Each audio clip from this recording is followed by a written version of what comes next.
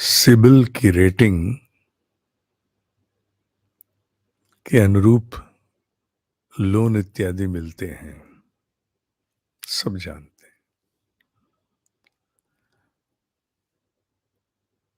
और मनुष्य की साख के अनुरूप लगभग सभी व्यवहार विश्व में व्यक्तिगत अथवा संस्थागत अथवा राष्ट्रीय स्तर पर होते हैं। ये साख उतनी ही महत्वपूर्ण और उससे भी अधिक महत्वपूर्ण अध्यात्म जगत में है। यहां तो बहुत कुछ बुन भी सकते हैं, मैनिपुलेट कर सकते हैं। जहां सत्य आद्योपांत सामने खड़ा हो, उनके सामने क्या मैनिपुलेट कैसे करोगे? कर ही नहीं सकते। वहां आडंबर तो काम नहीं आएगा। जैसे यहां तो बहुत कुछ जुटा लेते हैं, वहां जुटाओगे क्या और कैसे जुटाओगे? अध्यात्म जगत में सब कुछ स्पष्ट है, पारदर्शी है। उनके लिए, समर्थों के लिए केवल एक बात जाती है, केवल एक, केवल एक। हाँ, उसी के पीछे सब अनुसरण करते हैं। तड़प, तड़प सच्ची है और कितनी है। कर नहीं पा रहे, कोई बात नहीं। हो नहीं पा रहा, कोई बात नहीं, कोई बात नहीं। अरे, हो नहीं पा रहा, जब होगा नहीं तो आगे प्रगति कैसे होगी? नहीं, कोई बात नहीं। मान जाओ मेरी बात।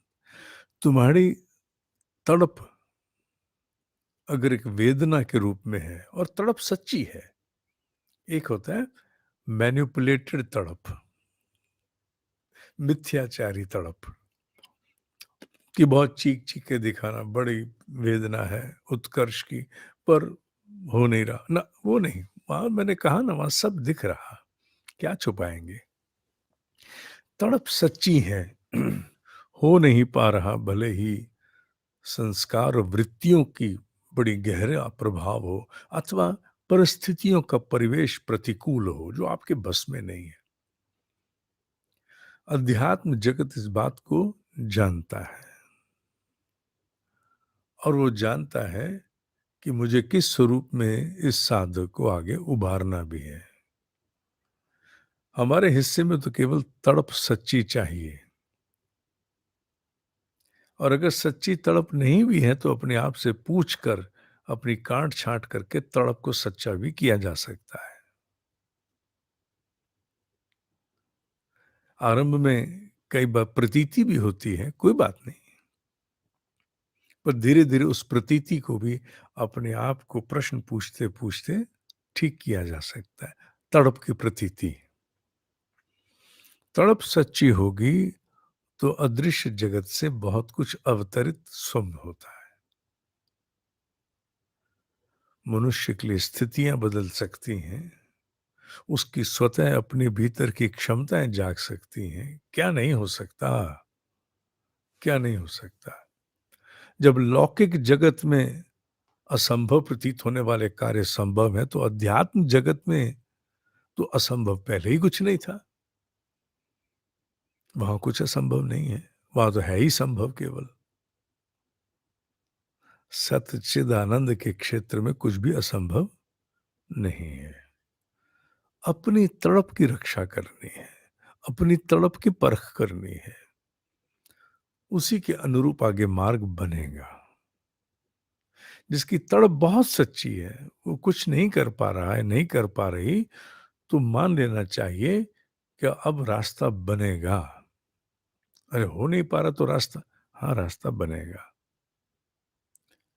एप्लीकेशन सबमिट हो गई, तड़प सच्ची है, हो नहीं रहा, अब होगा। पता नहीं क्या क्या कर्म क्षय होता है जो साथ साथ निपटना आवश्यक होता है।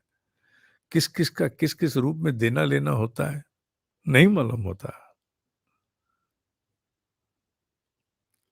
खुली आंखों के दिखने वाली सृष्टि बड़ी छोटी सी है, मेरे ब्रह्म ऋषि कहा करते थे। ना दिखने वाली बहुत बड़ी, जिसमें हम और हमारा पूरा अतीत भी आता है। हमारा पूरा अतीत आता है उसमें।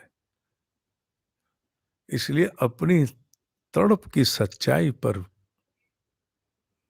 कार्य करो, तड़प को परिशोधित करो। बाकी बाकी अगर तुम्हारी प्रगति तुम्हें लगता है नहीं भी हो रही, तो भी हो रही, तो भी हो रही, तो भी कर्म का क्षय चल रहा, तुम्हें बोध नहीं है। यह काट्य है। मिथ्या खुली आंखों से दिखने वाली सृष्टि में संभव है, अध्यात्म के जगत में संभव नहीं है। और तुमसे अधिक कौन जानेगा योगी राज, जो पहले से तप में लीन है। कितने बजे उठ के पहुंचते हो तुम? रोज पहुंचते हो ना? तुम तपस्वी हो, तुम योगी हो, उत्कर्ष के मार्ग पर हो, निरंतर हो। दोष से बनी सृष्टि में बहुत सारे दोष हमारे साथ चल रहे हैं, पर चलते चलते तुम अग्रसर हो, तुम रुके हुए नहीं हो। तुम्हें लगता भी है तुम रुके हुए, तो भी तुम रुके नहीं हो। अन्यथा तुम क्यों उपलब्ध कराओगे अपने आप को? नींद का परित्याग सहज है? नहीं। तुम योगी हो, तुम तपस्वी हो। दोष चारों ओर होते हुए भी तुम एक दीपक की भांति, टिमटिमाते दीपक की भांति अपनी ज्योति प्रचंड करके बैठे हो। अंधकार के बाजार में भी चमक रहे हो। तुम योगी तपस्वी हो, तुम कम नहीं हो। जब भी अपना स्व मूल्यांकन करो, अपने इस साधना के अभ्यास से जोड़ के करो। कमर तोड़ के उठते हैं, ऐसे नहीं उठा जाता। एक दिन दो दिन तो मिथ्या निभ सकती है बाबू, पर दिनों दिन, महीनों, वर्षों निभ सकती है क्या मिथ्या?